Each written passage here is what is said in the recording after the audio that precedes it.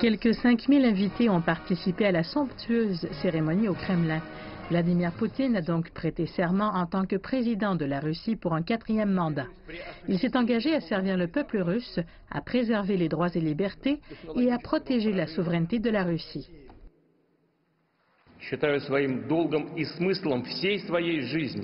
Je considère comme un devoir et le but de toute ma vie de tout faire pour la Russie, pour son présent et son avenir, pour la paix et la prospérité, pour le bien-être de notre grande nation, pour le bien-être de chaque famille russe.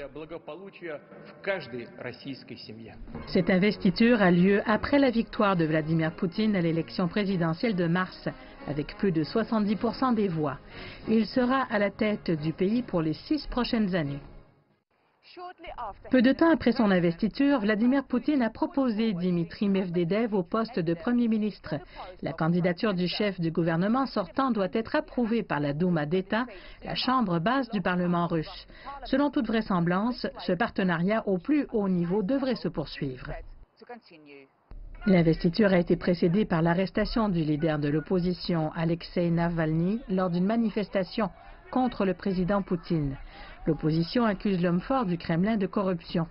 Malgré tout, Vladimir Poutine bénéficie toujours d'un fort soutien dans son pays. La plupart des Russes considèrent ce jour comme symbolique parce qu'ils veulent voir la grandeur de leur pays, ils veulent voir la grande Russie. Nous voulons voir la Russie grande et prospère avec une impulsion économique et amicale avec les nations qui sont autour de la Russie. Le 4e mandat de Vladimir Poutine débute en pleine confrontation avec l'Occident sur l'ingérence présumée de Moscou dans l'élection présidentielle américaine, l'empoisonnement d'un ancien espion russe au Royaume-Uni et le soutien de la Russie à Bachar el-Assad. Vladimir Poutine et le gouvernement auront une grande tâche à accomplir pour s'attaquer aux incertitudes économiques liées aux cours en berne du pétrole et aux sanctions occidentales.